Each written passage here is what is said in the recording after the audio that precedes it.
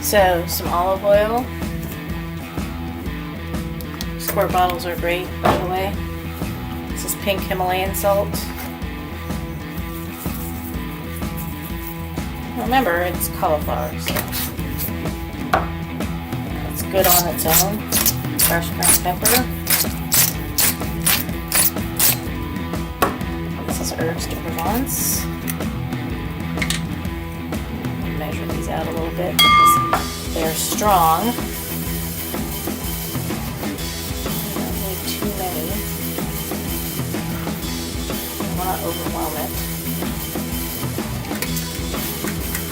And I'm going to put a little more olive oil in because I can see it's not quite enough.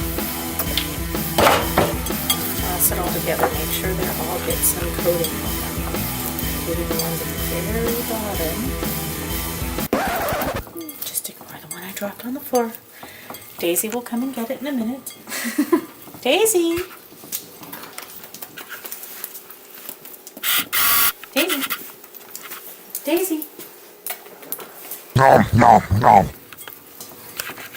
Okay, here's a smaller one for Tommy because everybody saw me kick him out of the way. So now he gets his own.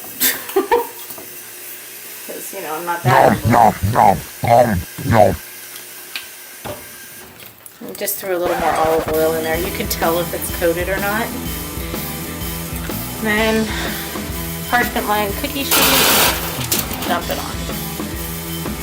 You want to make sure you spread it out so that all of these little goodnesses get their time under the heat.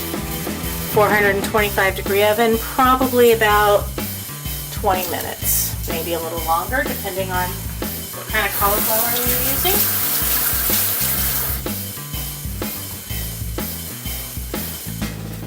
Okay, I'll come back to that later. A little longer than a few minutes later.